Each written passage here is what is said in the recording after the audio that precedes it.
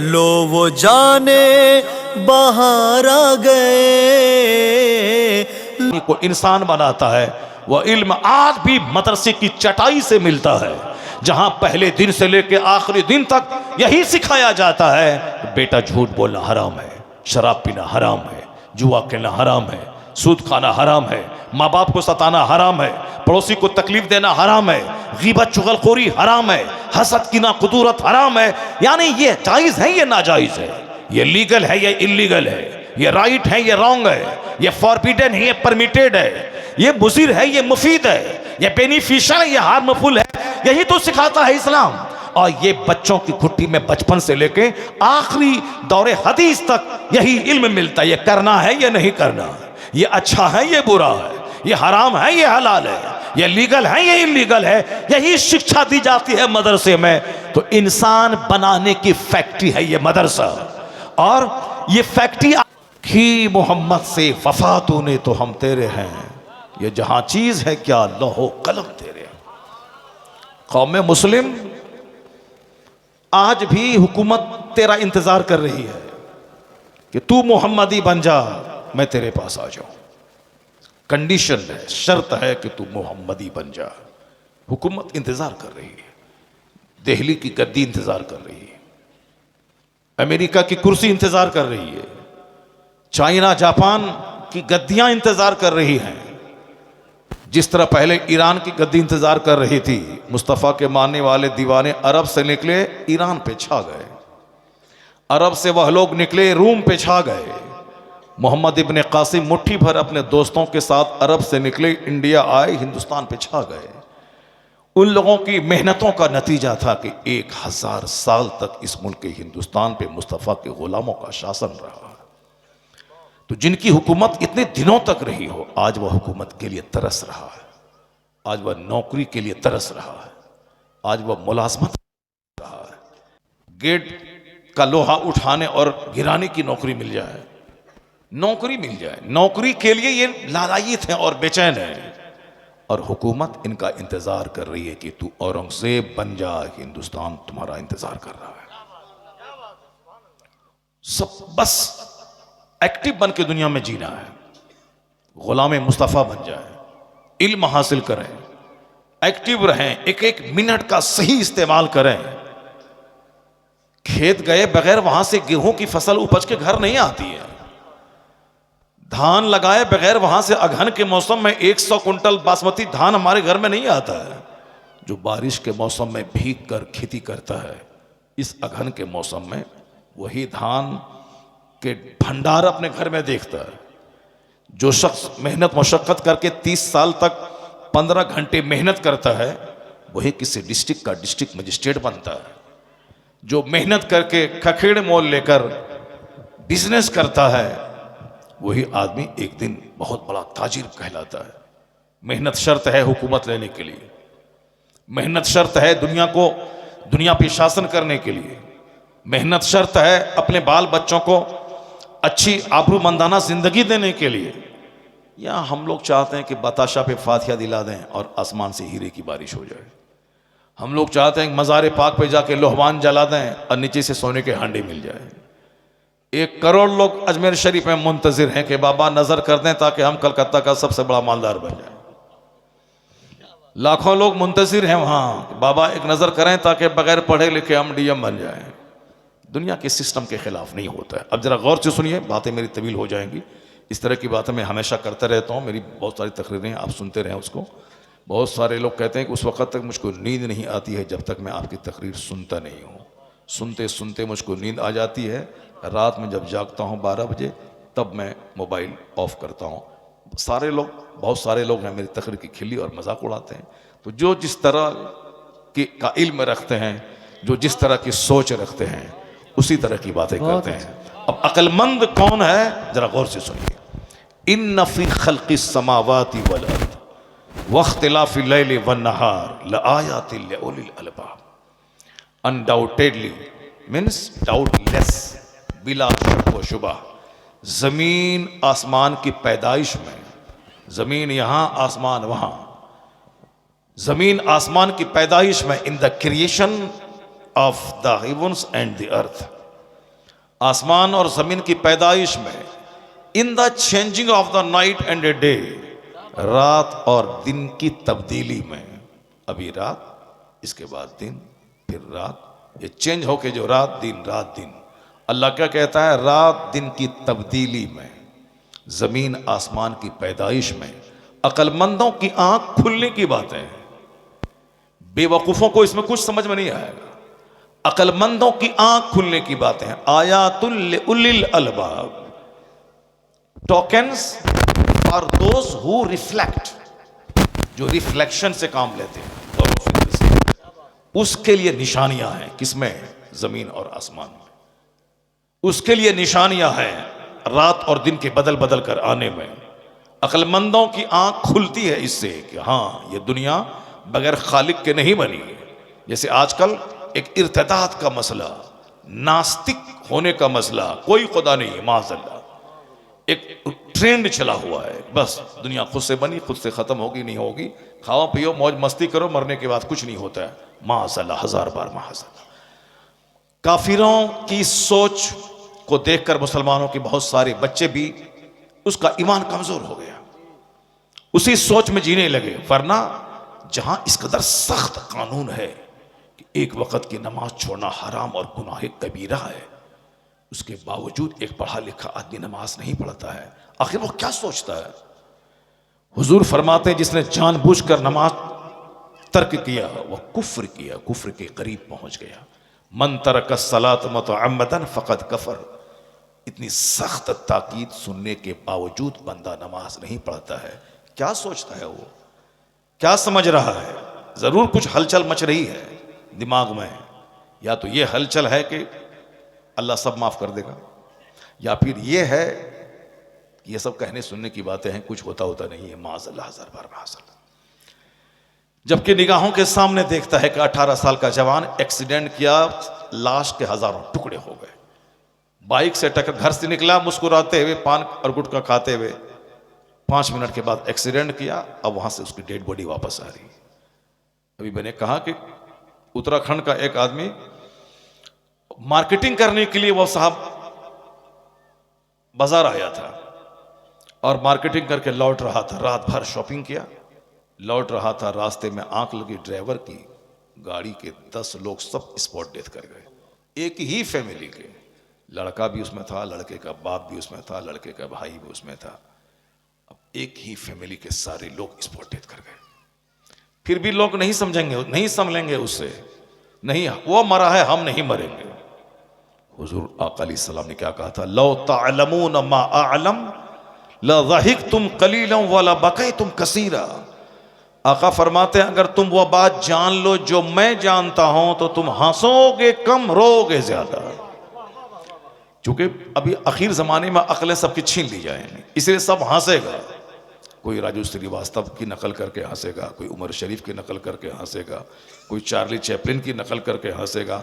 सब हंसना चाहता है, कॉमेडी, पियानो, राह नाचना, थिरकना, ताकि गम हल्का हो, बीमार नहीं पड़े।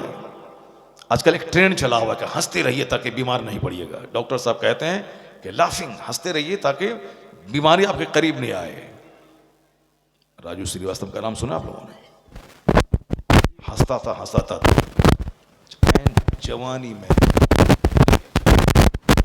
वो तो हंसाता था करोड़ों को हंसाता था, बूढ़ा भी नहीं हुआ था वो।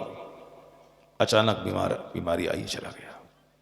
आपने नाम सुना होगा, एक फिल्मी बहुत स्मार्ट एक्टर था, Sushant Singh Rajput. Smart, lean and थीन, खूबसूरत, हैंडसम जवान, बिहार पटना का था। फिर सब बोल रहे हैं, लेकिन इसी कोरोना काल में फांसी के फंदे पे लटक गया, मर गया। क्या कमी थी? बंबई, करोड़ों का घर, फिल्म इंडस्ट्रीज में काम, मस्त रहता, हंसता रहता था। जो ज्यादा हंसता है वो ज्यादा रोता है। इसलिए ये फॉर्मूला बंदे का कि हंसते रहिए बीमारी नहीं आएगी, मुस्कुराते रहिए बीमारी नहीं आएगी, 100% गलत फॉर्मूला, गलत। और हमसे सुनिए कि साहब बीमारी कैसे दूर भागेगी? बीमारी दूर वहां भागेगी जहां हर वक्त अल्लाह का जिक्र होता रहता है, और जहां दुनिया के डॉक्टर की बात नहीं, जहां मुस्तफ़ा की बात मानी जाती है वहां बीमारी भागती रहती है। मदीना तैयबा में आका अलैहिस्सलाम के पास मिस्र का बादशाह एक डॉक्टर को भेजा था और दूसरा भी तोहफा भेजा था कि आका सरकार इस गुलाम का तोहफा कबूल कर लीजिए। आका अलैहिस्सलाम ने दूसरा तोहफा तो कबूल कर लिया, लेकिन डॉक्टर को यह कहते हुए वापस कर दिया कि डॉक्टर की मदीने को हाजत नहीं है, क्योंकि हमारे यहाँ बीमार ही कम पड़ते हैं, हमारे यहाँ बीमार कम पड़ते हैं लोग, इसलिए तबीब की हाजत नहीं है। अब कम क्यों पड़ते हैं? आका फरमाते चूंकि हमारे लोग जब भूख लगती है तब खाते हैं, और अभी भूख बाकी रहती है खाना छोड़ देते हैं। एक जबरदस्त फॉर्मूला है बीमारी से बहुत हद तक बचने का। जब भूख लगे तब खाएं। यहां लोग सोचते हैं कि नाश्ते में भी 4 रोटी खा लूं, 11 बजे भी बिस्किट और चाय पी लूं, फिर जोहर के बाद 2 बजे भी बिल्कुल गर्दन तक चावल दाल और पापड़ सलाद सब खा लूं, फिर 4 बजे एक बिस्किट और चाय पी लूं, समोसा खा लूं, फिर मगरिब के बाद एक चाय पी लूं, फिर रात में इशा की नमाज के बाद बिल्कुल दबा करके गले तक मैं खाना खा लूं। और जब रात में भूख नहीं लगती है तो डॉक्टर के पास चला गया, हुजूर सर भूख नहीं लगी। बताइए, इन नाश्ता में 4 रोटी खाया है, दोपहर में दबा के खाया है, अब ये चाहता है कि रात में भी उसी तरह खाऊं। और ये काम कौन करता है? ये काम 50 प्लस 60 प्लस लोग जो 60 साल से ऊपर चले गए, उनको भूख नहीं लग रही है। अब वो कहता है कि डॉक्टर बाबू मुझको भूख नहीं लग रही है।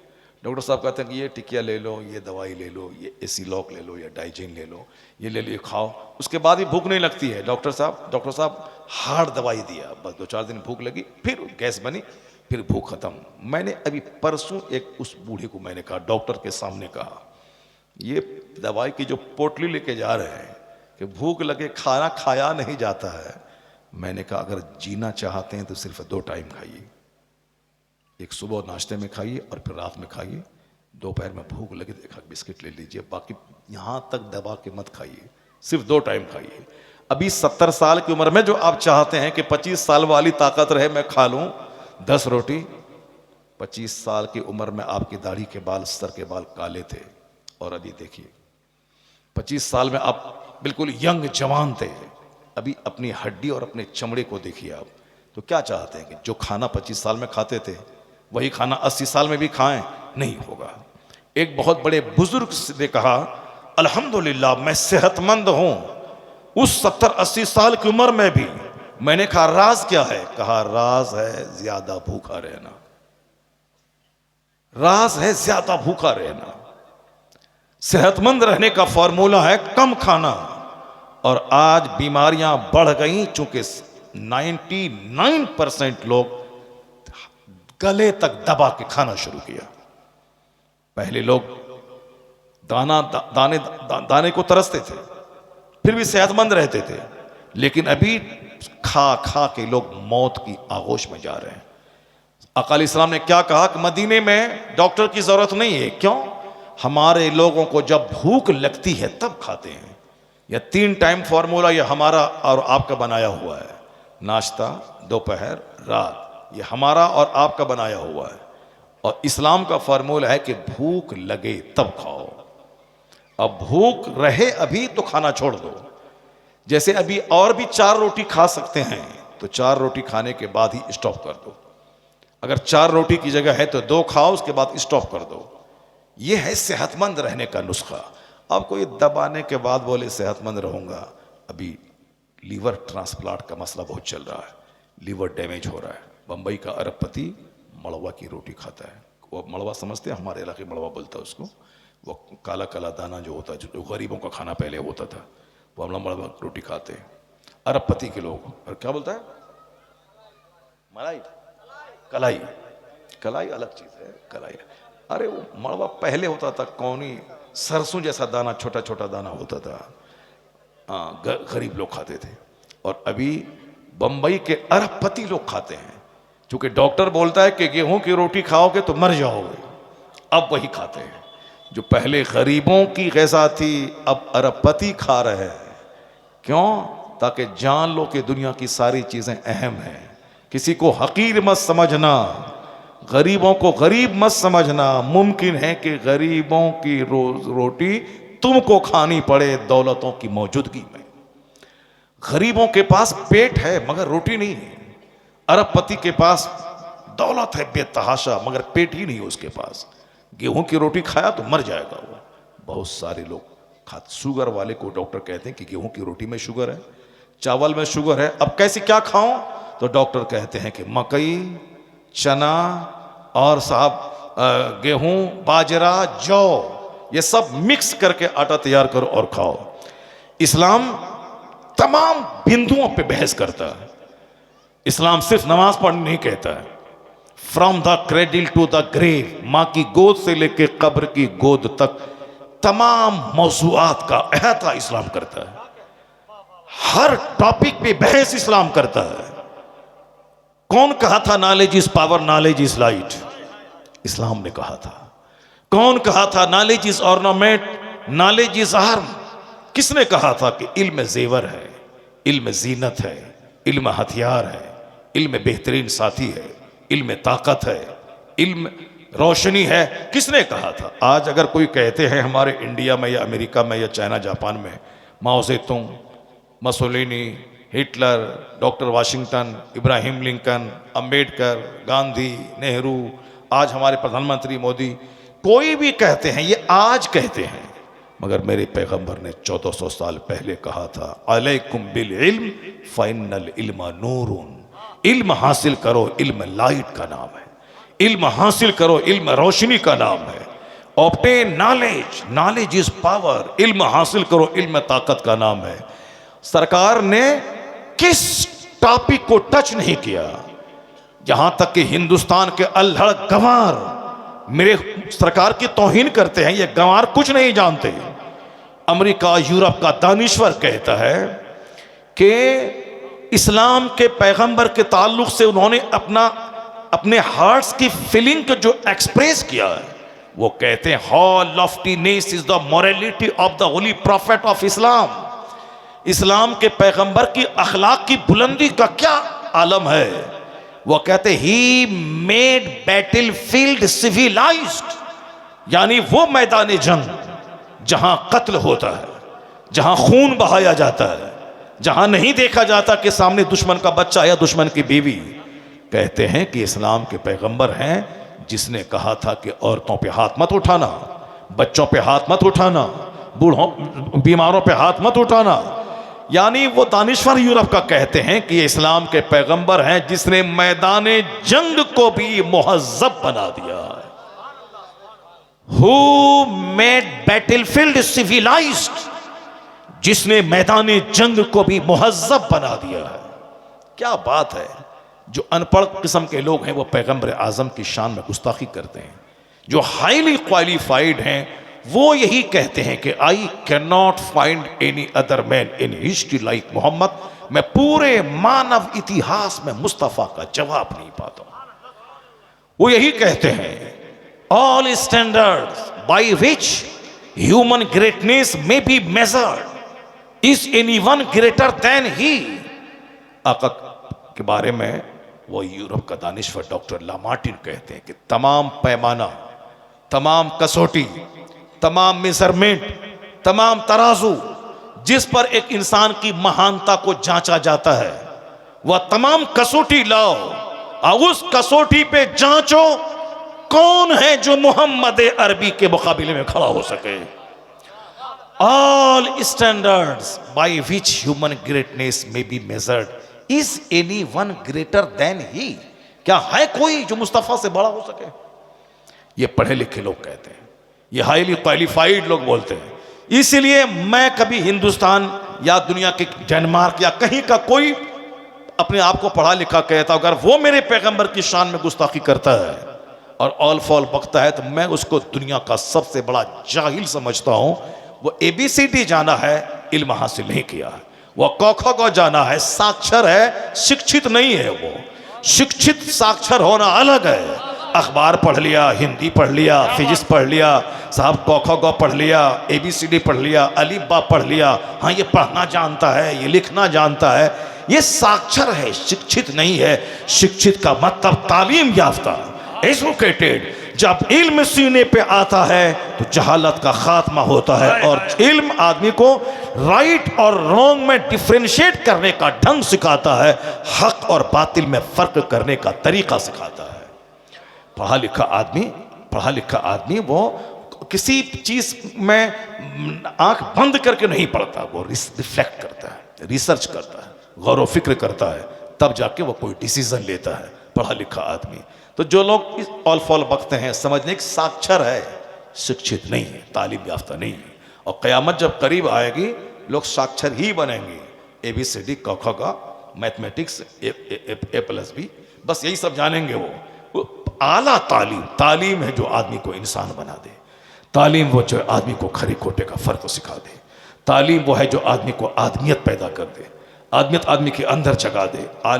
तालीम वो है जो चलता फिरता इंसान बना दे, उसे जहालत गंवारपन से बचा दे। और आजकल साहब डॉक्टर हैं और बातें जाहिलों की तरह कर रहे हैं, साहब साइंटिस्ट हैं और बातें गंवार की तरह करते, कहते कोई खुदा नहीं है, कोई गॉड नहीं है, दुनिया खुद से बनी, एक घर खुद से बनता नहीं है, एक छोटा सा सामान खुद से बनता नहीं है, और ये विशाल संसार, ये संपूर्ण ब्रह्मांड बगैर खालिक के बन जाए, ये पूरी कायनात बगैर मालिक के चले, ऐसा कभी नहीं हो सकता। जिस दिन अक्ल पुख्ता होगी, इल्म जवान होगा, कलमा पढ़ने वालों की तादाद में इजाफा होता चला जाए। क्या कहने।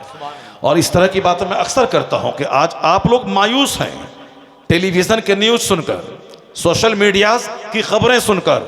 अरे फिलिस्तीन में ये जुल्म हो गया, वहां हो गया, अमेरिका में ये हो गया, डेनमार्क में ये हो गया, इंडिया में साहब बहुत सारी मीडिया पे चलता है कि यहाँ मुसलमानों को सताया जा रहा है, वहां मस्जिदें तोड़ी जा रही हैं।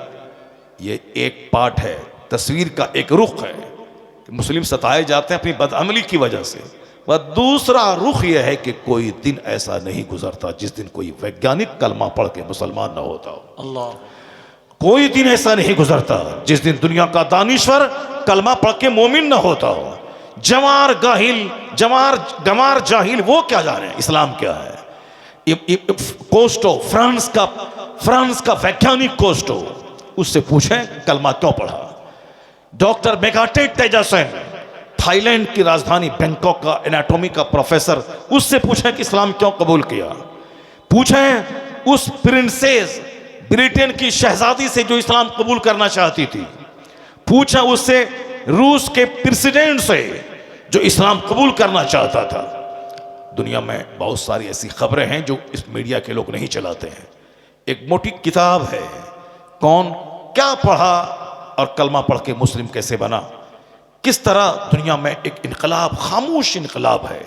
और अभी मैंने एक न्यूज़ सुनी कि 2015 से लेके 20 तक दूसरे मज़ाहिब के लोगों ने हिंदुइज्म को कबूल किया 30,000 की तादाद में, और इस्लाम कबूल किया है 30 लाख लोगों ने 5 साल के अंदर इस्लाम कबूल किया 2015 से लेके 2020 के अंदर में। और अभी जब से फिलिस्तीन की जंग चल रही है, जिस खबीस ने कहा था कि 3 दिन में गाजा को मैं फतह कर लूंगा, हमास को दुनिया से मिटा दूंगा, आज 1 साल 4 महीने हो गए। आज की न्यूज़ है कि नेतन्याहू ने ऐलान किया है कि जो भी मेरे बंधक का पता लगाएगा उसको 42 करोड़ रुपए देंगे। उसको इंडियन 42 करोड़ रुपए, 42 करोड़ रुपए, 42 करोड़ इंडियन करेंसी के हिसाब से, और वो शायद 5 मिलियन ऐसा कुछ बोला था कि 42 करोड़ रुपए उसको दूंगा जो मेरे बंधकों का पता लगाएगा कि कहाँ है। पूरी सुपर पावर है अमेरिका, और साहब पता नहीं लगा पा रहे कि हमारे बंधकों को कहाँ छुपाया गया। 3 दिन में मिटा देंगे। 1 साल 3 महीने से जायद का अरसा गुजर गया और अब तक वो गाजा को जीत नहीं पाया और अपने बंधकों को छोड़ा नहीं पाया। अब जरा गौर से सुनिए, इसी दरमियान में बहुत सारे लोग कलमा पढ़ के मोमिन बन गए यूरोप और अमेरिका में। क्यों? सुपर पावर मिल के इन निहत्थे थे कमज़ोर हाफिज कुरान, आलिम दीन, जिसको अल्लाह की ज़ात पर भरोसा है। एटम बम से ज़्यादा ख़तरनाक बम गाजा में गिराया गया, मगर उसके बावजूद आज हमास जिंदा है और फिलिस्तीन के मुसलमान जिंदा हैं, शान से रह रहे हैं। यह इस बात की दलील है कि एटम बम भी वहां काम नहीं करता जहां इस्लामी ताकत काम क्या करती है।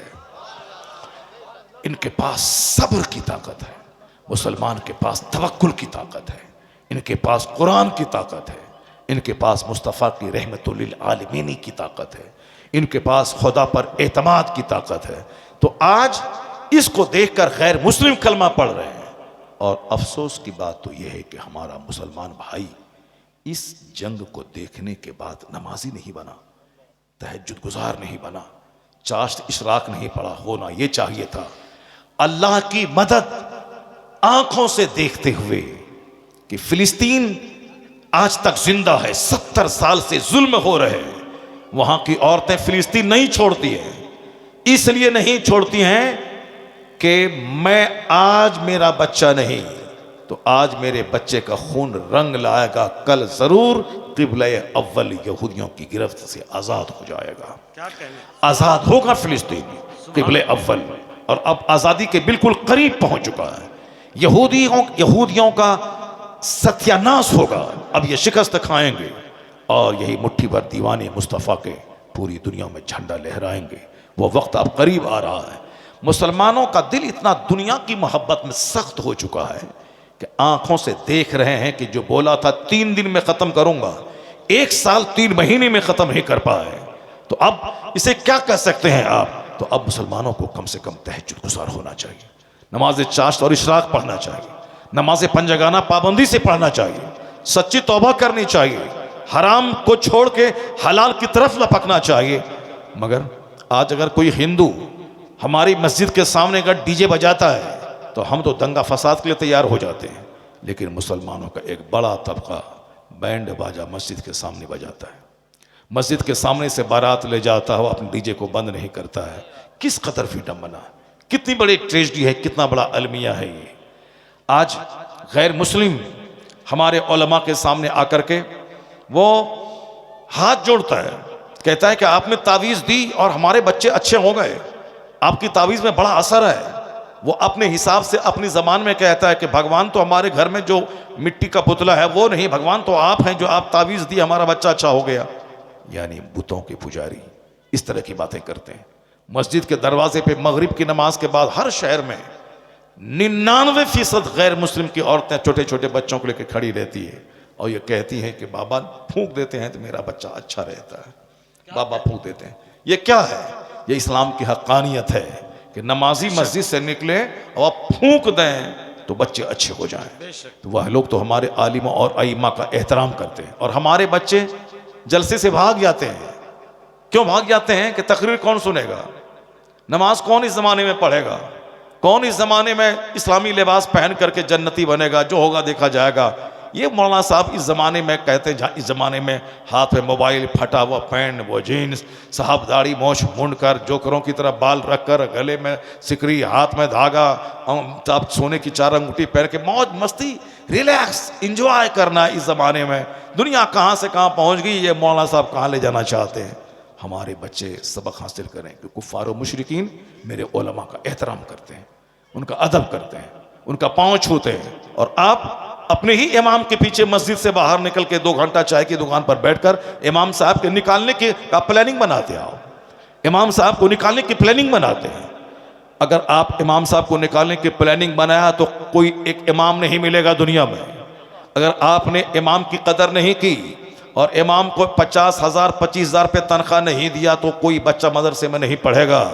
और मैं कहीं पैगाम दिया था आज से 10 साल पहले कि एक मदरसे को खूबसूरत होना चाहिए, मस्जिद के इमाम की तनख्वाह 25,000 होनी चाहिए, ताकि जब एक बाप अपने बच्चे के बारे में प्लान बनाए कि मैं कहाँ पढ़ाऊँ, इंजीनियरिंग कॉलेज में पढ़ाऊँ या मदरसे में पढ़ा के आलिम बनाऊँ, तो वो बोले कि मेरा बेटा इंजीनियर बनेगा, तो वह कॉलेज फैक्ट्री में मुलाजमत करेगा, तो वो दाढ़ी मोछ मूंड के नमाजें छोड़ के 50,000 25,000 महीना कमाएगा।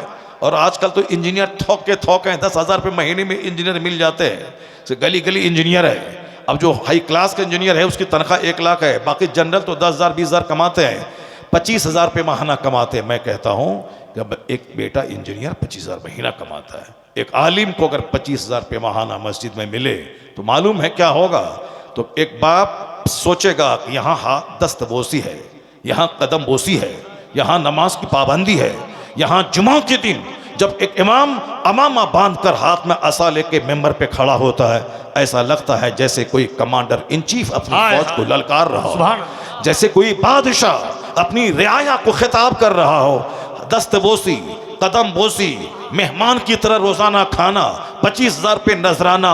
मैं यकीन के साथ कहता हूं कि एक बाप ये राहत, ये इज्जत देकर अपने बेटे को इंजीनियर छोड़कर अपने बेटे को आलिम बनाना पसंद करेगा, क्योंकि यहाँ दुनिया भी है और आखिरत भी है, और यहाँ सिर्फ दुनिया के चंद सिक्के हैं। और अगर इमाम साहब को जलील किया गया, उनको समाज में एक हाशिए पे खड़ा कर दिया गया, तो कोई भी गैरतमंद अपने बेटे को आलिम नहीं बनाएगा। इनकी इस हालत को देखकर तो आने वाले वक्त में कोई नमाज पढ़ाने वाला नहीं मिलेगा। बस मैं अपनी गुफ्तगू को आगे बढ़ाऊं। अक्लमंद वो है जो ज़मीन आसमान की पैदाइश पे गौर व फिक्र करता है, जो सोचता है। अल्लज़ीना, अल्लाह की परिभाषा ये, अल्लाह ने अक्लमंदों की परिभाषा जो की है वो ये है, अल्लज़ीना यज़कुरून अल्लाह क़ियामन व क़ुऊदन व अला जुनूबिहिम। अक्लमंद वह लोग हैं जो उठते बैठते लेटे अल्लाह का जिक्र करते हैं। सुभान अल्लाह, जरा जोर से बोले सुभान अल्लाह, ये अल्लाह का जिक्र है। जरा जोर से बोले अल्हम्दुलिल्लाह, जरा जोर से बोले सुभान अल्लाह। तो अल्लाह का जिक्र करने वाले अक्लमंद हैं। अल्लज़ीना यज़कुरून अल्लाह क़ियामन व क़ुऊदन व अला जुनूबिहिम। Those who remember Allah sitting, sleeping, reclining. वह जो सोते हुए, लेटे हुए, खड़े, झुकते हुए अल्लाह को याद करते हैं, वो अक्लमंद हैं। व यतफ़क्करून फ़ी ख़ल्क़िस समावाति वल अर्द and they consider in the creation of the heavens and the earth. अक्लमंद वह लोग हैं जो जमीन और आसमान की संरचना पे, इसके स्ट्रक्चर पे, इसकी पैदाइश पे गौर व फिक्र करते हैं, वो अक्लमंद हैं। अल्लाह ने अक्लमंद किसे कहा? जो गौर व फिक्र करते हैं, जो इस दुनिया से ज्यादा आखिरत के बारे में सोचते हैं। अक्लमंद जो हयात और मौत के फलसफे पे गौर करते हैं। अक्लमंद जो मकसद हयात पे गौर करते हैं। अक्लमंद जो दरख्तों और जंगलों को देखकर सबक हासिल करते हैं। ये बताएं अक्लमंद कितने हैं दुनिया में? हमारे नज़दीक पैसा वाला, हमारे नज़दीक मकान वाला अक्लमंद है, हमारे नज़दीक फॉर्चूनर चलाने वाला अक्लमंद है। जबकि 10-10 करोड़ की जागवार कंपनी की कारें, आज हम अगर गैर मुहज़्ज़ब ज़बान में कहें, बहुत सारे ऐसे गधे हैं जो 10 करोड़ की जागवार कंपनी की कार पे चलते हैं, जिसको ना बोलना आता है, जिसको ना लिखना आता है, ना जिसको समझना आता है। बस शराब के नशे में धुत 2-4-10 का मर्डर किया, बाहुबली बन गए, लोगों ने डर से उनको वोट दे दिया और MP बन के पार्लियामेंट पहुंच गए। अब वहां से निकले साहब 10-10 करोड़ की कार पे चल रहे हैं। अब जिसको बोलना तक नहीं आता, जिसको डिसिप्लिन नहीं आती, बस 2-4-10-20 का मर्डर किया, बाहुबली हो गया। अब लोगों ने डर के मारे वोट दिया, असेंबली और पार्लियामेंट पहुंच गए। अब अरबों में खेल रहे, क्या कहेंगे उसे आप? जिसे एक जुमला लिखना नहीं आता, एक जुमला बोलना नहीं आता हो, तो फॉर्चूनर इस बात की दलील नहीं कि वो अक्लमंद है। 1 करोड़ का बंगला ये दलील नहीं कि वो अक्लमंद है। साहब 1000 एकड़ जमीन इस बात की दलील नहीं कि वो अक्लमंद है। अक्लमंद है कौन? वमन यूतल हिकमत फकद ऊतिया खैरन कसीरा। कुरान कहता, अल्लाह कहता, हमारा पैदा करने वाला खालिक कहता है, जिसे हिकमत, इल्म हिकमत की नेमत मिली, समझ लो उसे सबसे बड़ी दौलत मिल गई। नारे तकबीर, नारे रिसालत, खलीफा हुजूर ताजुश शरिया मसलके आला हजरत, नारे तकबीर, नारे रिसालत। जहां इल्म की रोशनी है, जहां तकवा है, वही दौलत है। दौलत का मतलब ये नहीं कि खूब धन दौलत हो, नहीं, अक्ल सलीम जहां है वही धनवान है, वही अक्लमंद है। अक्लमंद होना बहुत बड़ी नेमत है। अल्लाह जिससे मोहब्बत करता है उसे अक्ल सलीम और दीनी समझ की दौलत उसको अता कर देता है। अल्लाह तबारक व तआला हम सबों को अक्लमंद बनाए, हम सबों को दुनिया से ज़्यादा आखिरत की फ़िक्र करने की तौफीक अता फरमाए। अब ज़रा मैं टॉपिक से रिलेटेड कुछ बातें करता हूँ। मैंने कुरान शरीफ की एक आयत पढ़ी है, आपकी तवज्जो, आप लोग उठेंगे तो नहीं, भागेंगे तो नहीं, आप लोग नहीं भागेंगे ना? हाँ, कीमती बातें सुनिए, कुरान और हदीस की बातें सुनिए, अपनी ज़िंदगी को संवारिए और सजाइए। मैं भी स्कूल कॉलेज में पढ़ा हूँ अल्हम्दुलिल्लाह। मैं 400 लड़कों में मैट्रिक में टॉप किया हूँ। मैट्रिक में 400 लड़के हमारे क्लास में थे। अल्हम्दुलिल्लाह मैंने फर्स्ट क्लास पास किया। दाढ़ी उगने वाली थी और टोपी पहनता था। इंटरमीडिएट में पूरी यूनिवर्सिटी में टॉप पोजीशन था मेरा, 10-20 कॉलेज में। अल्हम्दुलिल्लाह दाढ़ी थी, सर पे टोपी थी। ऐसा नहीं कि गुटखा खाएं, फिल्म जाके देखें, खड़े होके पेशाब करें, हा करें, कॉमेडी करें, बच दोस्तों के साथ शरीफों बूढ़ों का मजाक उड़ाएं, माँ बाप को आंख दिखलाएं, तब जाके ये क्या कर रहे हैं भाई, ये ग्रेजुएट है, ये कॉलेज में पढ़ रहे हैं। तो कॉलेज में पढ़ रहे हैं तो बस में सफ़र कर रहे हैं, बस कंडक्टर को 2 तमाचा मार दिया, रिजर्वेशन डब्बा जिसका उसको हटा दिया और अपने से बैठ। क्यों साहब, ये कॉलेज के स्टूडेंट है। तुम कॉलेज का स्टूडेंट है, तुम पढ़ेगा लिखेगा, नौकरी करेगा, पैसा कमाएगा, तुम्हारा बाप फायदा उठाएगा, तुम कमाएगा, तो तुम्हारे पढ़ने से समाज को क्या फायदा है? तुम्हारे ग्रेजुएट बनने से बस वाले को क्या फायदा है? तुम ग्रेजुएट बनेगा, कमाएगा, खाएगा, तुम्हारा बाप मौज मस्ती करेगा, तुम कार खरीदेगा, लेकिन ये समाज के लोगों को जो सता रहा है उसको क्या मिलेगा? ये बस वाले का किराया नहीं दे रहा, उसको क्या मिलेगा? इसीलिए तुम खोंडा, पढ़ने का मतलब खोंडागिर्दी करना। पढ़ने का मतलब ये होता है कि तुम हकदारों को हक दो। अगर कोई किराया नहीं दे रहा है तो तुम उससे लड़ो और कहो किराया देना होगा। क्योंकि बस वाले ने कई लाख में बस खरीदी, उसके 4-5 वर्कर हैं, ड्राइवर है और साहब और दूसरे लोग हैं, पैसा नहीं देगा तो फिर मेंटेन कैसे होगा? अब लोग कहेंगे भाई हाँ ये बंदा तो बड़ी अच्छी बातें बोल रहा है, ये कौन है? पढ़ा लिखा आदमी है, स्कूल कॉलेज में पढ़ रहे हैं, पढ़े लिखों की पहचान है। मगर ये पढ़ा लिखा गोंडा आजकल जो बच्चे स्कूल कॉलेज में पढ़ते हैं, मैं अपनी निगाहों के सामने देखा मुजफ्फरपुर में एक बेचारा अपनी बीवी के साथ सफ़र कर रहा था। ये 2-4 गोंडे स्कूल में पढ़ने वाले घुसे और जिस सीट पर बैठा हुआ था उसको हटाया, उसको अब वो नहीं हट रहा था तो 2-4 तमाचा मारा, खींच के नीचे उतारा। बीवी बेचारी परेशान हो, बीवी मौजूद है, उनके शौहर को उनके सामने घसीट के ले रहा।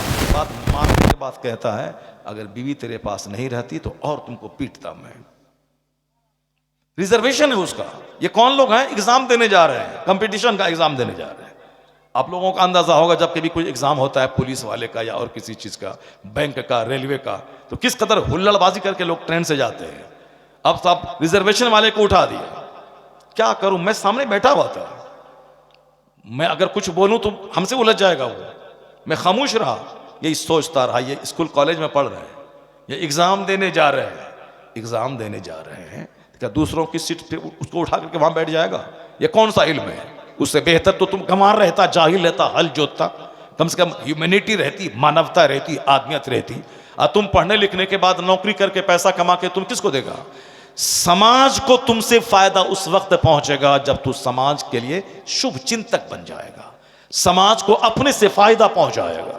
सिर्फ पढ़ा, नौकरी किया, दूसरों को जलील समझ रहे हैं, समाज के सारे लोगों को हकीर समझ रहे हैं, मकान बना रहे हैं, ये कौन सी तालीम हो गई? ये कौन सा इल्म हो गया?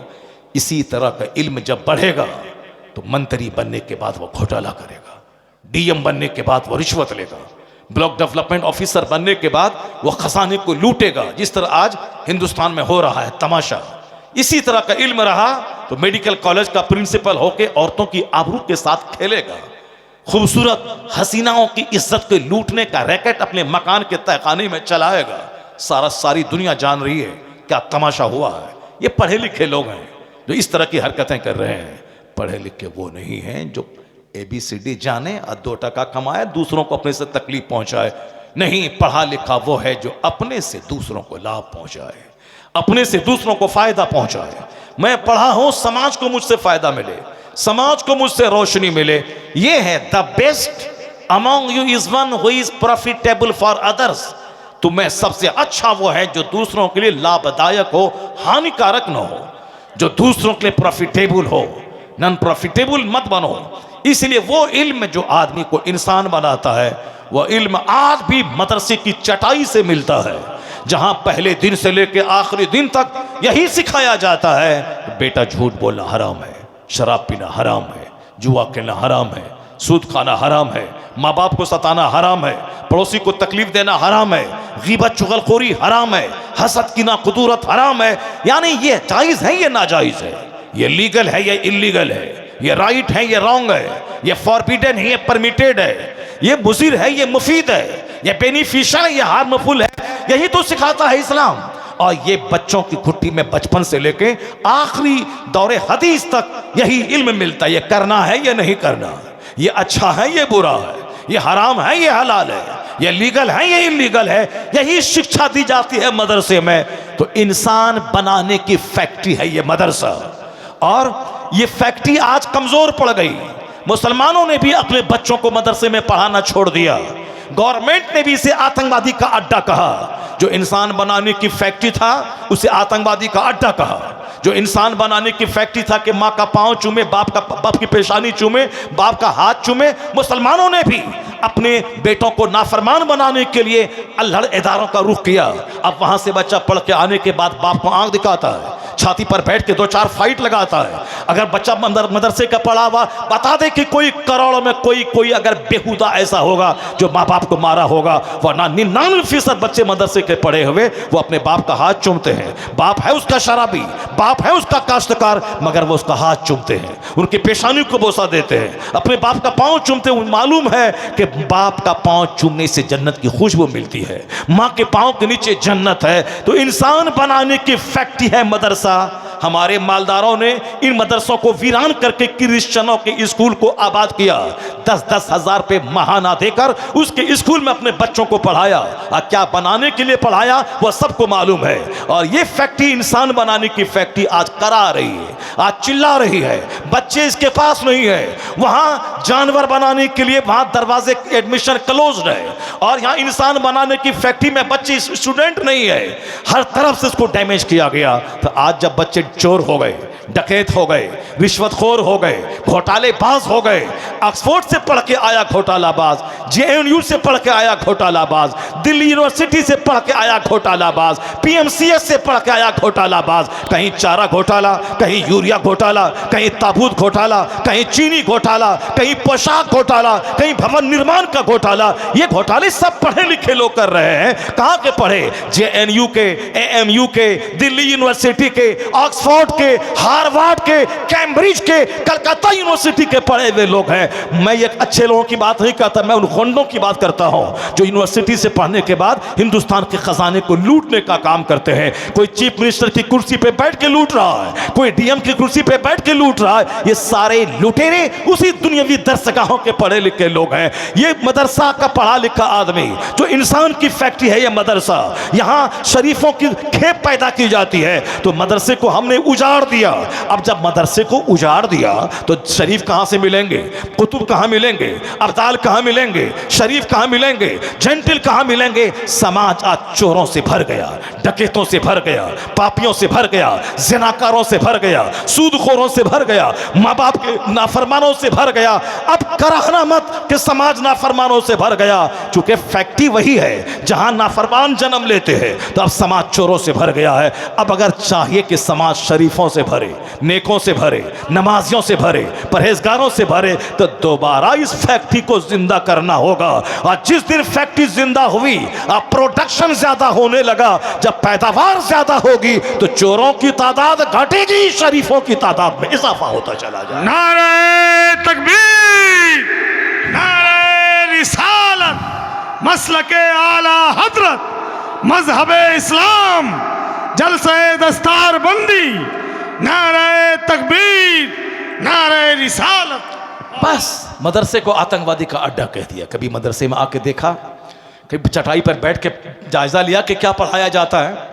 हमारे यहाँ फारसी की पहली से लेके बुखारी शरीफ तक जो भी किताबें चलती हैं उसमें यही बात पढ़ाई जाती है, यही इल्म सिखाया जाता है कि बेटा शरीफ बनना, नेक बनना, इंसान बनना, जन्नती बनना, नेक बनना, दूसरों को नेक बनाना, अच्छा बनना, दूसरों को अच्छा बनाना, खुद बुराई से बचना, समाज को बुराई से बचाना, यही तो इसकी जिम्मेदारी होती है। ऐसा नहीं कि मौलाना जो बना तो वह भूखे मर गया, जो मदरसे में पढ़ा हुआ दाने दाने को तरस गया। मेरे साथ जितने बच्चे मेरे गांव के पढ़ रहे थे, अक्सर कुछ बच्चे उसमें वो हैं जो रेड़ी चलाते हैं, ठेला चलाते हैं। बहुत सारे बच्चे वो लोग हैं जो किसी लायक नहीं। मगर मैंने मदरसे की चटाई से आखिर तक चिपका रहा यहीं पढ़ने के बाद वहाँ से इंटरमीडिएट किया, ग्रेजुएशन किया, पोस्ट ग्रेजुएशन किया, यानी फर्स्ट से लेकर लास्ट तक सारी डिग्री मैंने कॉलेज की हासिल की मदरसे से रहने के बाद।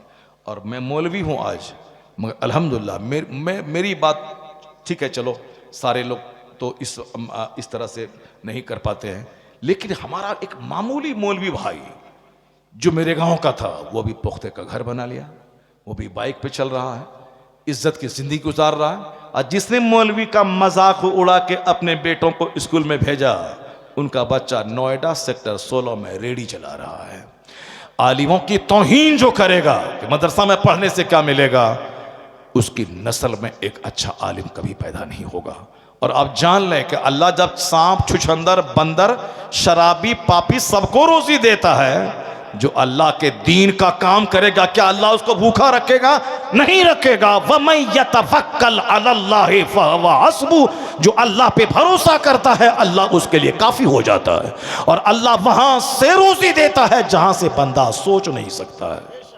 जो अल्लाह के दीन का काम करता है, सरकार दो जहां सल्लल्लाहु अलैहि वसल्लम ने वादिये मिना में तकरीर करते हुए कहा था, आखिरी हज के मौके पर आका ने कहा था, जो अपने पीछे दुनिया का गम लगा लेता है, अल्लाह उसकी निगाहों के सामने गरीबी के दरवाजे खोल देता है। वह कमाता जाता है, भूखा होता चला जाता है, और करोड़ है तो अरब, अरब है तो खरब, खरब है तो संक, संक है तो महासंक, इसी में वो लगा रहता है। एक दुकान, दो दुकान, 4 दुकान, 5 दुकान, 10 दुकान, ये मॉल, वो मैरिज हॉल। इसी भाग दौड़ में मौत आती है, बुरी मौत, मर के दुनिया से चला जाता है। सारे मॉल, सारी दुकानें रह गई। ये सब अपनी निगाहों के सामने से आप देख रहे हैं। हुजूर ने क्या फरमाया? जो अपने पीछे सिर्फ दुनिया का गम लगा लेता है, अल्लाह ताला उसकी निगाहों के सामने गरीबी के दरवाजे खोल देता है, मुफलिसी के दरवाजे खोल देता है। प्यास लगी, एक गिलास पानी कोई पी लिया तो प्यास बुझ गई, और किसी को प्यास लगी, एक बाल्टी पानी पिया, प्यास नहीं बुझी। इसका मतलब है कि यह प्यास अजाब है। ये बाल्टी पानी पी गया, प्यास नहीं बुझी, और करता पेट फट गया। और यहां एक गिलास पिया, आसूदगी हो गई, प्यास बुझ गई। ये एक गिलास पानी जो आदमी की प्यास बुझा दे, वह 1 टन पानी से बेहतर है जो प्यास ना बुझा सके। थोड़ी सी कमाई जो आदमी को सेटिस्फाइड कर दे, जो आदमी को इत्मीनान क़ल्ब दे दे, जो आदमी को सब्र और कनाअत दे दे, यह थोड़ी सी कमाई उस खरबों से बेहतर है जो खरब कमाने के बाद आदमी को लालची और हरीस बना दे कि कमाता जाए, उसकी भूख बढ़ती चली जाए। इसलिए हुजूर ने कहा था, जो अपने पीछे दुनिया का गम लगा लेता है, अल्लाह उसकी निगाहों के सामने मुफलिसी के दरवाजे खोल देता है। और जो अपने पीछे दीन का गम लगा लेता है, अल्लाह तबारक व तआला उसकी रोजी का कफील और जिम्मेदार हो जाता है। अल्लाह ताला वहां से रोजी देता है जहां से बंदा सोच नहीं सकता। दीन का गम लगा, जन्नत का गम लगा ले, आखिरत का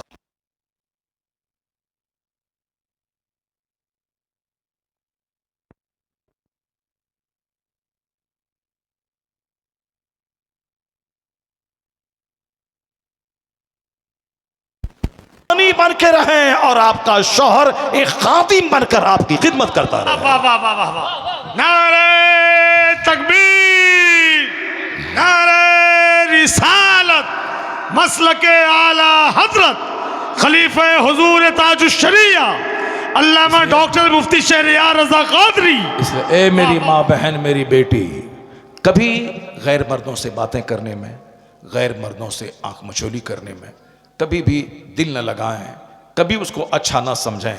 सबसे अच्छी वो औरत है, सबसे अच्छी वो औरत है जो जितना ज्यादा पर्दे में रहने वाली हो। जुमा की नमाज औरतों पे फर्ज नहीं है, क्योंकि जुमा की नमाज पढ़ने के लिए घर से बाहर निकलना होगा। जमात से नमाज होती है जुमा की, औरत घर से बाहर ना निकले, जोहर की नमाज घर के अंदर पढ़ ले।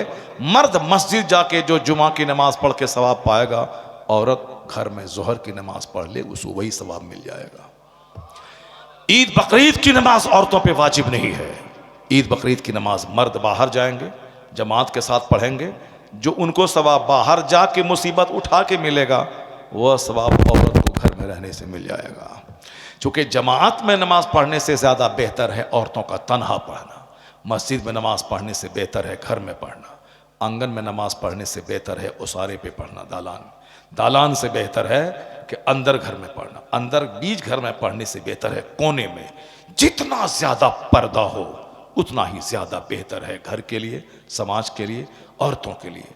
जब आका अलैहिस्सलाम ने पर्दे का हुक्म दिया, औरतें जो बीच में चलती थीं, सरकार ने कहा कि किनारे चलें, अगर घर से बाहर निकलना ही पड़े मजबूरन तो किनारे चलें।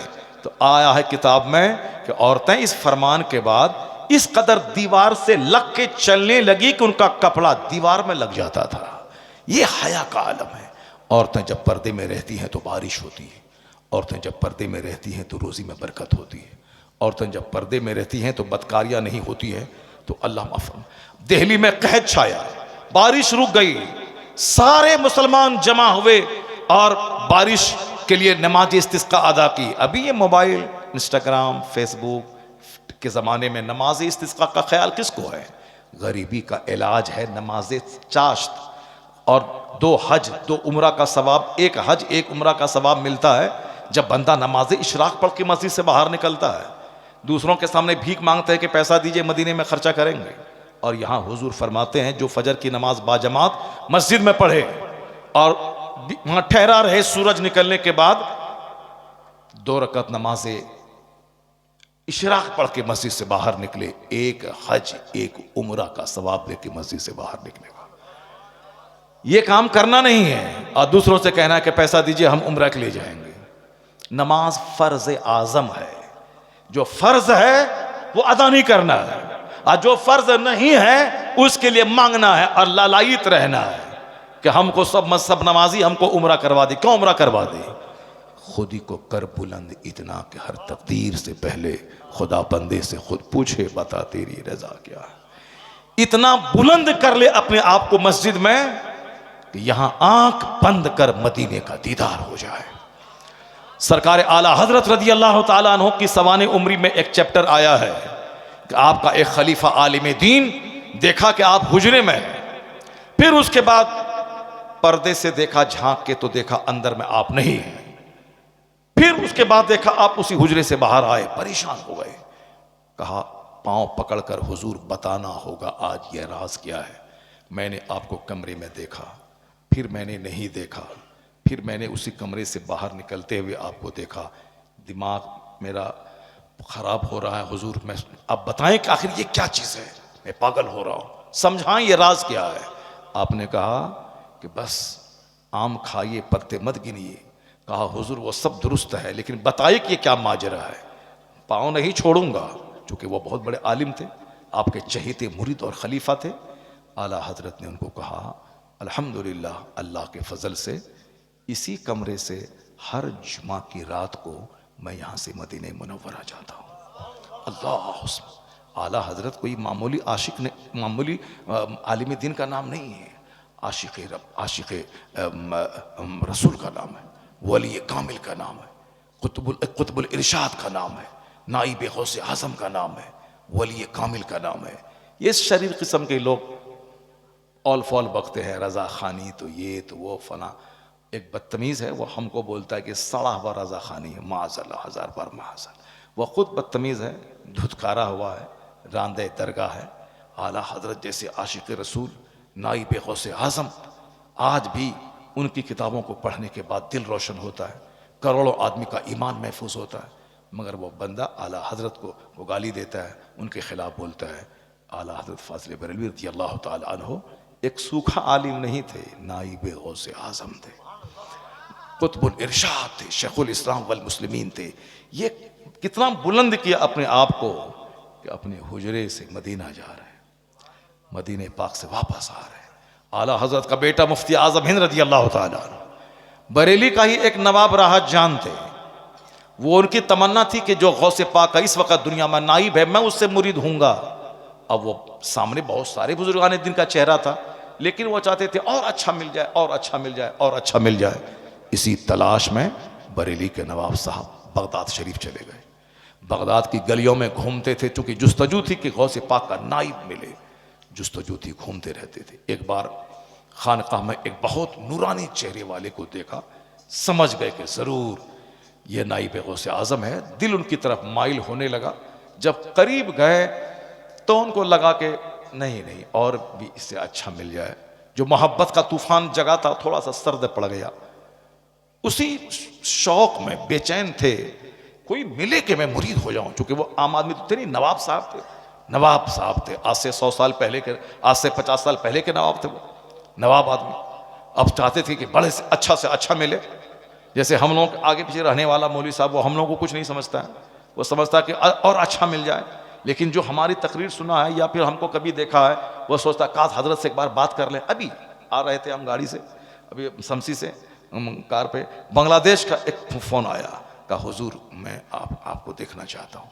हुजूर मैं आपकी मैंने क्लिप सुनी, मेरे दिल को ठंडक पहुँच गई, मेरा कलेजा ठंडा हो गया। हुजूर अल्लाह आपको लंबी उम्र दे, लंबी उम्र दे, खूब लंबी उम्र दे। खूब दुआ देने लगा। उसके बाद बोला कि हुजूर जरा आपको देखना चाहता हूँ, वीडियो पे आपको देखना चाहता हूँ, हुजूर आपसे मिलना चाहता हूँ, मैं इंडिया आऊँगा तो आपसे मिलूँ। यानी तरह तरह की बातें। ये दूर का आदमी, और जो आसपास में रहता है बोलता है मैं मौलाना साहब। तो ऐसा होता है। नवाब राहत जान बरेली में पैदा हुए। सामने आला हजरत मुफ्ती आजम हिंद, आला की खबर है, सरकार मुफ्ती आजम हिंद है। कहते थे कि ये बहुत बुजुर्ग हैं, मुफ्ती आजम हिंद बुजुर्ग हैं, मगर कोई इनसे भी बड़ा मिल जाए। इसी तलाश में गए बगदाद। एक बुजुर्ग को देखा, दिल माइल भी हुआ, और फिर अकीदत का तूफान सर्द हो गया। कहा उसी जोश में, फिक्र में गली गली घूमते थे, मगर कुछ रास्ता नहीं मिलता था। उसी जब बेचैनी हद से बढ़ी, रात में ख्वाब में देखा कि सरकार गौसे आजम जाहिर है। सुभान अल्लाह। गौसे आजम का दीदार नसीब हुआ। उनके पीछे आला हजरत, उनके पीछे गौसे आजम। कहा गौसे आजम का दामन थाम के, हुजूर इस वक्त आपका दुनिया में नाइब कौन है? गौसे आजम ने कहा तेरे ही शहर बरेली में तो मेरा नाइब है। कहा हुजूर कौन? तो मुफ्ती आजम की तरफ इशारा करके कहा ये मुस्तफ़ा रजा मेरे। सुभान अल्लाह, सुभान अल्लाह, सुभान अल्लाह, सुभान अल्लाह। ऐसे ही बरेली में 40 लाख की भीड़ नहीं लगती है। ऐसे ही ताजुल शरिया के जनाजे में करोड़ के करीब लोग नहीं आए थे। और ऐसे ही सारी दुनिया में रज़ा का चर्चा नहीं हो रहा है कि वादी रज़ा की कोई हिमालय रज़ा का, जिस समत देखिए वो इलाका रज़ा का। ऐसे ही नहीं होता है। अल्लाह रब्बुल इज़्ज़त जिसको चाहता है उसको ज़मीन से उठा के शोहरत के आसमान पे पहुंचा देता है। आला हज़रत सिर्फ 2 घंटा सोते थे, बाकी सारा वक्त दीन की खिदमत के लिए ज़रूरियात से फारिग होकर, फ़राइज़ व वाजिबात से फारिग होने के बाद सिर्फ इस्लाम पे होने वाले हमले का जवाब देने के लिए किताबें लिखते रहते थे। 1000 के करीब किताबें लिखी, दीन और सुन्नियत का ज़बरदस्त काम किया। अल्लाह ने इनाम ये दिया कि आज विसाल के 107 साल हो गए, फिर भी दुनिया भर में डंका बज रहा है। हर तरफ रज़ा रज़ा का नारा लग रहा है। मुफ्ती आज़म हिंद की तरफ इशारा किया, नवाब राहत जान आप बेदार हुए, आप बस रखते सफ़र बांधा, सामान समेटा, गौसे पाक की बारगाह में सलाम और कदम बोसी की, चौखट बोसी की, आया बरेली शरीफ। हवाई जहाज़ नहीं था पहले, यहाँ से 50 साल पहले की बात है। वो पानी के जहाज़ पे सफ़र होता था। हवाई जहाज़ था उस टाइम में, लेकिन बहुत महंगा सफ़र था। तो उन्होंने बगदादी मोहल्ला से चल के वो दिल्ली आए, दिल्ली से बरेली आए, अपना सारा सामान घर में फेंका और सीधे मोहल्ला सौदागरान मुफ्ती आज़म हिंद के पास आए। मुफ्ती आज़म हिंद अपने हुजरे में तशरीफ़ फरमाते। नवाब साहब जब सामने गए, आंख से आंख मिली। मुफ्ती आज़म हिंद इनके बोलने से पहले क्या कहते हैं? कहिए नवाब साहब कहाँ कहाँ घूमे, क्या क्या देखा? क्या बात है, सुभान। कहिए नवाब साहब कहाँ कहाँ घूमे, क्या क्या देखा? नवाब साहब ने कहा हुजूर जो देखना था देख लिया, अब हाथ बढ़ाइए गुलामी में दाखिल कर लीजिए। सुभान अल्लाह, सुभान अल्लाह। हाथ बढ़ाइए गुलामी में दाखिल कर लीजिए, हाथ बढ़ाइए गुलामी में दाखिल कर लीजिए। सरकार आला हजरत रज़ी अल्लाह ताला अन्हु का पड़पोता सरकार ताजुल शरिया, सरकार ताजुल शरिया, अल्लाह ने वो बुलंदी दी कि किसी घर में कदम रख दें तो वहां से शरीर जिन्नात का खात्मा हो जाता था। साउथ इंडिया में एक शख्स ने करोड़ों का घर बनाया, मगर रह ही नहीं पाता था वो, रात भर आंधी तूफान की आवाज आती थी। 3 दिन रहा, घर छोड़ के किराए पे चला गया। दूसरे को किराए पे रखा, वो भी 3 दिन के बाद भाग गया। रात भर आंधी तूफान की आवाज आती थी, परेशान हो गया। करोड़ों का घर बनाया, रह नहीं सकते हैं, किराए पे जिसको रखते हैं वो भी 3 दिन के बाद भाग जाता है। घर वाला एक बार पता चला कि ताजुश शरिया इस दयार में आने वाले हैं, जलसे वाले से मिल के कहा कि जब शेख आए तो उनके सारा इंतजाम रहने सहने खाने पीने का हम अपने घर में करेंगे। जलसे वाले ने कहा कि ठीक है करो।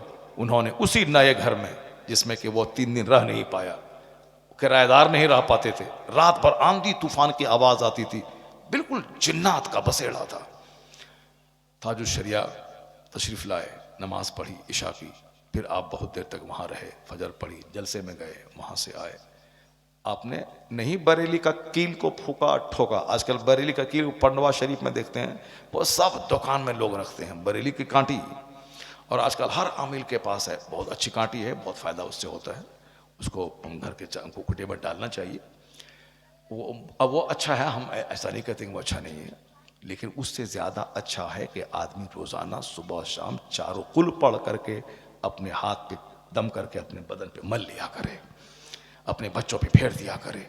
ये काठी से काठी खोजता है, मगर खुद पढ़ना नहीं चाहता है आदमी, खुद दूसरों के तावीज़ लेता है। और खुद अमल करने के लिए बोलें उसको कि रोज़ाना इतना पढ़ा करो, आयतुल कुर्सी पढ़ा करो, रात में दरवाज़ा बंद करते टाइम में, सुबह खुलते टाइम में। नहीं हजरत तावीज़ दे दिए कोई, जाओ, जब तावीज़ के अल्फाज जब मिट जाएंगे तो फिर तो फ़ायदा ख़त्म हो जाएगा। अपने से मेहनत नहीं करना चाहता कोई। एक आदमी बोला गरीब, मैंने कहा एक वजीफ़ा बताता हूँ 10 मिनट का, तुम मालदार बन जाओगे। कहा कौन वजीफ़ा? कहा फजर की नमाज से पहले उठ के वज़ू करना, सिर्फ 100 बार पढ़ना है, सुबहानल्लाह व बिहम्दिही, सुबहानल्लाहिल अज़ीम व बिहम्दिही, अस्तग़फिरुल्लाह। कितना छोटा है, 1 सेकंड लगा, सुबहानल्लाह व बिहम्दिही, सुबहानल्लाहिल अज़ीम व बिहम्दिही, अस्तग़फिरुल्लाह। फजर की नमाज से पहले रात जब सुबह सादिक तुलू होती 100 बार पढ़ो। कसम खा के कहता हूँ, क्योंकि हदीस में जोरदार ढंग से यकीन दिलाया गया है कि वो चाहे या ना चाहे मालदारी आके रहेगी। वो चाहे या ना चाहे मालदारी आके रहेगी, खाही ना खाही, विलिंगली अनविलिंगली, चाहे या ना चाहे मालदारी आके रहेगी। करोड़ों में कोई नहीं कर पाएगा ये, 10 दिन करेगा, 11 दिन नहीं कर पाएगा। जिसको मैंने बताया कोई नहीं कर पाया। अब बोलता हजरत तावीज़ दे दिए, मैं जाओ हटाओ तावीज़ दे दीजिए। अब थरका ताजुश शरिया वहाँ गए, आपने नमाज इशा पढ़ी, फजर की नमाज पढ़ी, ना कांटी ठोका, ना कोई तावीज़ घर में फ्रेमिंग करके लटकाने के लिए दिया, कुछ नहीं किया। ताजुश शरिया अपने मामूलात के मुताबिक आपने वजीफ़ा पढ़ा, नमाज अदा की, जलसे में गए, वहाँ से आए, सफ़र पे रवाना हो गए। 2-3 दिन के बाद घर वाला कहता जरा देखें कुछ असर उसर घर में हुआ है कि नहीं। वो जब घर में आया, रात भर रहा, देखा कोई आवाज़ नहीं, कोई साउंड नहीं। कहा हो सकता है कि आज ना हो कल हो जाए। फिर दूसरे दिन रहा, फिर देखा कोई साउंड, कोई आवाज़ नहीं। कहा हो सकता है आज हो कल ना हो। फिर तीसरे दिन रहा, कोई आवाज़, कोई साउंड नहीं। पूरे शहर में कहा लोगों मेरे शेख की करामत देखो, तावीज़ भी नहीं लिखेगी, कदम पड़ा है, जिन्नात ने घर खाली कर दिया।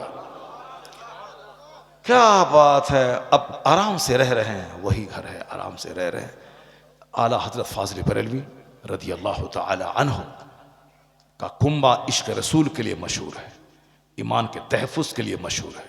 जो लोग बुराई करते हैं वो अपनी आखिरत तबाह व बर्बाद करते हैं। इसलिए आला हजरत के मसलक पर मजबूती से कायम रहिए और तमाम बदअक़ीदों, बद मज़हबों, सुलह कुल्लियों से दूर रहिए। नमाज पंजगाना पाबंदी से पढ़ते रहिए। हमारी माँ बहन बेटियाँ पर्दे में रहें। अब ज़रा वो सुन लीजिए जो वाक़या फिर छूट जाएगा।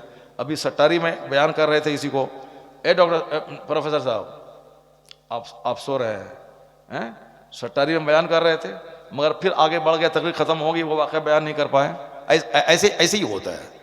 अब हम जो अभी देखें 1.5 घंटा होने वाला है, 1.5 घंटा हो गया, मगर जो हम टॉपिक को हम टच नहीं कर पाए। जो कुरान पाक की कहानी बयान करनी थी, हमें 3-4 कहानी बयान करनी थी, सूरह बकरा की कहानी बयान करनी थी, मगर उसको टच ही नहीं कर पा रहे, क्योंकि कुछ ऐसी ज़रूरी बातें निकल जाती हैं जो हमारे सामने जवान बच्चे सब रहते हैं। कुछ ऐसी बातें निकलती हैं कि मैं समझता हूँ कि ज़्यादा बातें कीमती ये है, कीमती वही बातें हैं, मगर जो दिल में उतरने वाली बातें हैं, जल्दी से ये नेक बन जाए, अब इसके बाद कहेंगे, इसके बाद वो बात कहेंगे। बात से बात पैदा होती है, अल कलाम यखलुकुल कलाम, कलाम कलाम को पैदा करता है। बात से बात पैदा होती है, बात बढ़ जाती है। अक्सर मेरा टॉपिक अधूरा रह जाता है। वहाँ 2 घंटे की तकरीर हुई और जो मैं कहना चाहता था वाकया वो नहीं कह पाया। आज भी भूल जाते हैं हम, मगर हमको वो देखे प्रोफेसर साहब को, हमको याद आ गया। दिल्ली में बारिश रुक गई, कहत छा गया। मेरी माँ बहन बेटी गौर से सुनना, कहत छाया, फसलें जलने लगी, मवेशियों के थनों का दूध खुश्क होने लगा। पहले रिवाज था कि जब बारिश नहीं होगी तो नमाजी इस्तिस्का पढ़ी जाती थी, इसीलिए ये सारी बातें बीच में आ गई कि नमाज इलाज है गरीबी का। लोग पढ़ते नहीं, तस्बीह मगर पढ़ते नहीं है। पढ़े हैं बचपन में, पढ़े आप लोग बचपन में पढ़े होंगे। बारिश नहीं हो रही, तेज धूप है, मुसलमान निकले मैदान में, खूब नमाज इस्तिस्का पढ़ के अल्लाह से दुआ मांगी। लौटे के रास्ते में वो जोरदार बारिश हुई कि भीगते हुए लोग घर पहुंचते थे, भीगते हुए लोग घर पहुंचते थे। ये नमाजी इस्तिस्का है। बचपन में हम लोग सुनते थे, और लोग आजकल सोशल मीडिया गर्दन तक खाने की वजह से, चलो इस बार बारिश नहीं हुई, कोई हरज की बात नहीं है। इतना हैट्रिक टन गेहूं गवर्नमेंट के खजाने में है, सारे लोग खा लेंगे। बस इसी इंतजार में अपने काम से फुर्सत नहीं, नमाज कौन पढ़ेगा? जरा गौर से सुनिए।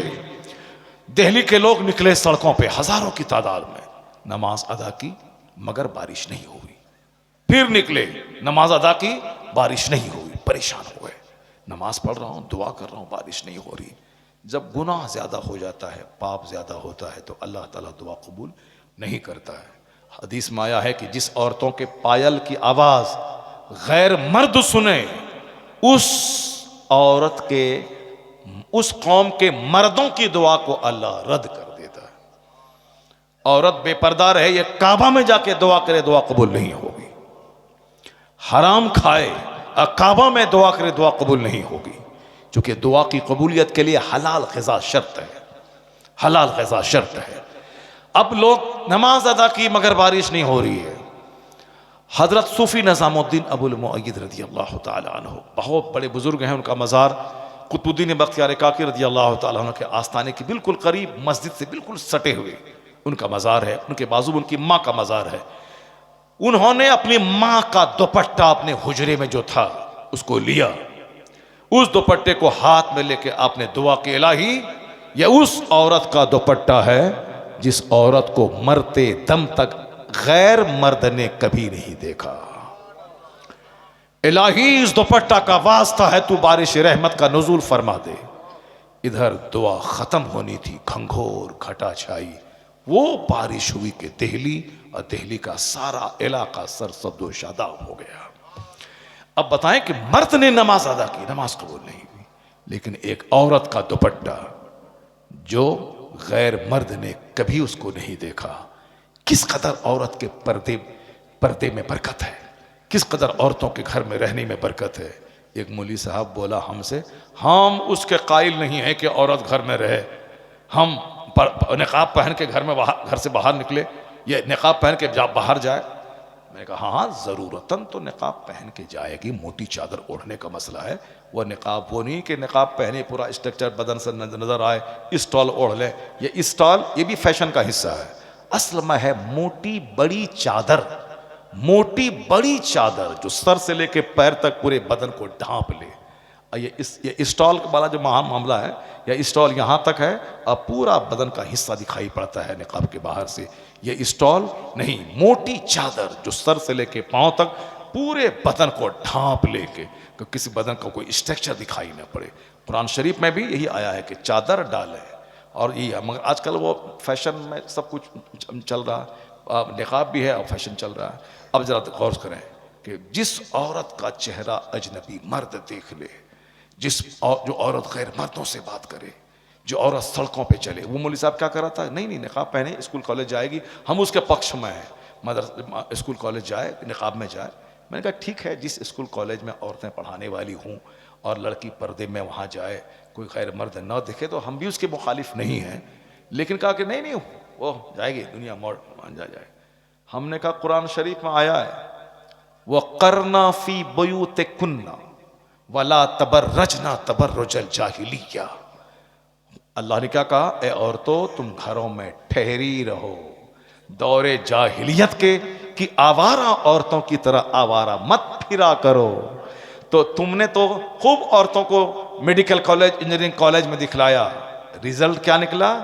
रिजल्ट निकला कि एसपी, डीएम, इंजीनियर, प्रोफेसर तो कम बनी, इस्मत फरोशी का माहौल ऐसा बना कि लव के नाम पे इज्जत और आबरू तबाह होने लगी। स्कूल में, कोचिंग सेंटर में, गांव घर में वो हांडी धोने वाली, बहारे शरीयत पढ़ने वाली खातून, पर्दे में रहने वाली, उसकी इज्जत तो सेफ रही। ये स्कूल में क्या पढ़ी? साइकिल से जाने के बाद, आने के बाद बस love letter, mobile, smart mobile. तो वो साहब पढ़ना के बहाने डॉक्टर तो नहीं बनी, इस्मत फरोश बन गई। कुछ नहीं भलाई है अल्लाह का कानून तोड़ने में। मुस्तफ़ा का कानून तोड़ के जो बंदा अपनी अक्ल घुसेड़ के चाहेगा कि हम डेवलप कर लें, नहीं होगी तरक्की। आज अमेरिका से लेके हिंदुस्तान तक हर एक मिनट पे रेप का केस दर्ज हो रहा है। यह होता रहेगा। नेचुरल सिस्टम से बगावत जो भी करेगा यह होता रहेगा।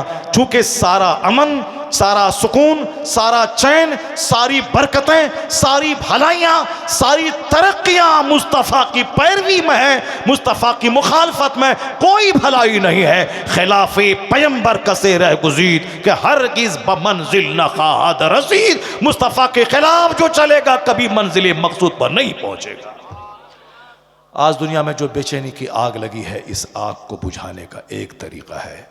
डॉक्टर बर्नार्ड शॉ ने कभी कहा था, he must be called the saviour of humanity if a man like him were to assume the dictatorship of the modern world, he must succeed in solving its problems. मेरे बच्चे तो कहे कौन चलेगा उस मसले पर, इस जमाने में कौन चलेगा? बर्नार्ड शॉ, यूरोप का हाईली क्वालिफाइड आदमी, जिसकी किताब दुनिया की हजारों दरसगाहों में चलती हैं, उसने क्या कहा? इस्लाम के पैगंबर मानवता के रक्षक कहे जाने के काबिल है। If a man like him were to assume the dictatorship of the modern world, he must succeed in solving its problems. क्या कहा? अगर दुनिया पैगंबर आजम को अपना रहनुमा मान ले, उनके मार्गदर्शन में जिंदगी गुजारे, वो कहते हैं सारी समस्याओं का समाधान मिल जाएगा, सारे मसाइल का हल मिल जाएगा। अल्लाह तबारक व तआला हमको और आपको और दुनिया के सारे मुसलमानों को अपने नबी मुहतरम सल्लल्लाहु अलैहि वसल्लम की सच्ची गुलामी की तौफीक अता फरमाए। सरकार दो जहां से सच्ची मोहब्बत की तौफीक अता फरमाए। आका अलैहिस्सलाम के रास्ते पे खुद, बीवी, बाल बच्चे सबको चलने चलाने की तौफीक अता फरमाए। आमीन। व आखिरु दाअवाना अनिल हम्दुलिल्लाहि रब्बिल आलमीन।